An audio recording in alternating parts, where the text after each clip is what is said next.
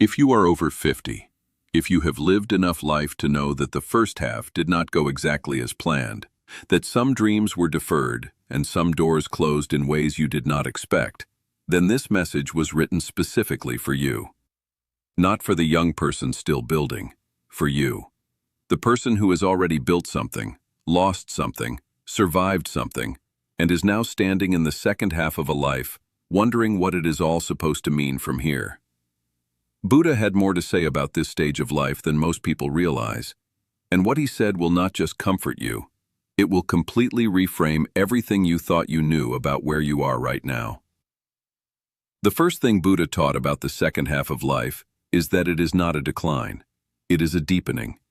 The young person has energy, ambition, and possibility, but the older person has something incomparably more valuable: perspective. The capacity to see clearly what actually matters and what does not. The ability to recognize which battles are worth fighting and which ones are simply noise. The wisdom that comes from having lived through enough cycles of gain and loss to understand that neither is permanent and neither defines you. This perspective, earned through decades of actual living, is not a consolation prize for getting older. It is the actual prize. The thing the young person is still working toward without knowing it. Buddha himself did his most profound teaching in the second half of his life. His deepest wisdom was not the enthusiasm of a young man who had just discovered truth. It was the settled, unshakable, completely grounded wisdom of someone who had lived with truth long enough to embody it completely.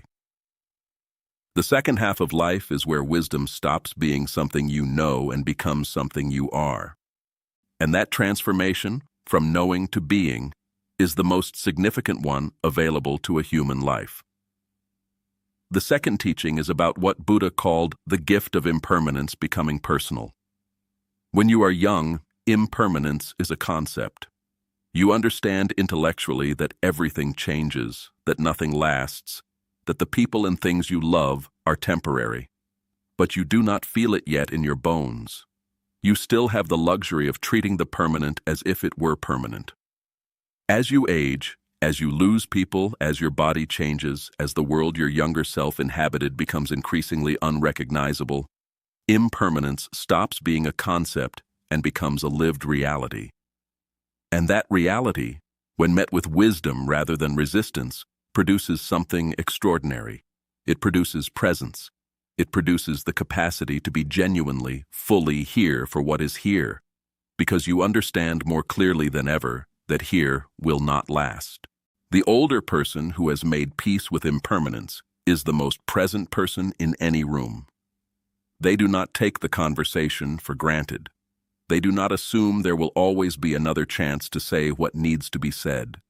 They do not postpone the love or the gratitude or the honest expression of what this person, this moment, this ordinary Tuesday afternoon actually means to them. They have learned, through loss, through time, through the specific education that only living long enough can provide, that now is the only moment that ever truly exists, and they use it. The third teaching addresses what is perhaps the most common regret of the second half of life: the things not done, the authentic self not expressed, the risks not taken, the life not fully lived. Buddha did not minimize this regret. He acknowledged it with complete compassion. But he also said something that has the power to transform it from a source of pain into a source of liberation. He said, "The present moment is always a new beginning. It does not matter how many years have passed. It does not matter how long the authentic life was postponed. Right now, in this moment, the door is still open, not to relive what was missed, but to begin, today, to live more fully than yesterday. The person who is 70 and begins painting for the first time is not behind. They are exactly on time for the version of their story that begins at 70. The person who is 65 and finally speaks their truth in a relationship that has been defined by silence is not too late. They are precisely on time for the honesty that was always possible, always waiting, always available. Buddha was radical in his insistence that transformation has no age limit, that the door to more authentic, more present, more genuinely alive living is always, always open. It does not close at 50. It does not close at 70. It does not close until the last breath. The fourth teaching is about the specific purpose of the second half of life.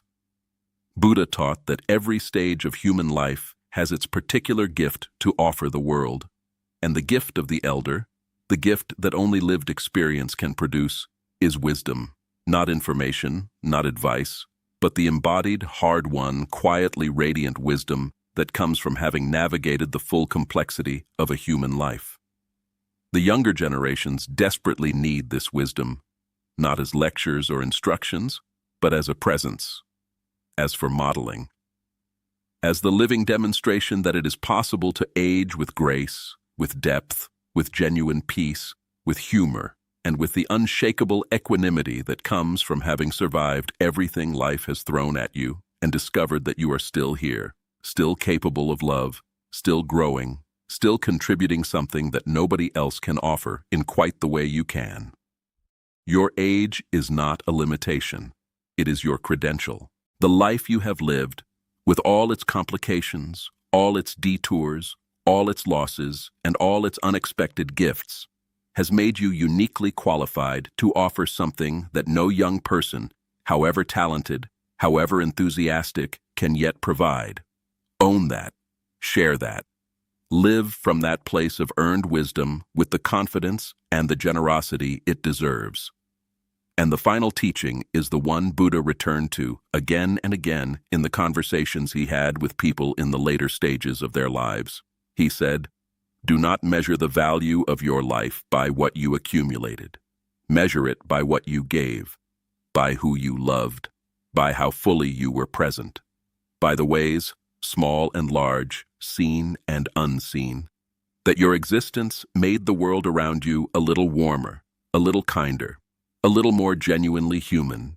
By that measure, the only measure that actually matters at the end, a life lived with presence, with love, with genuine connection, and with the quiet courage of being authentically yourself, is the most successful life imaginable. And it is never, ever too late to make the rest of yours exactly that.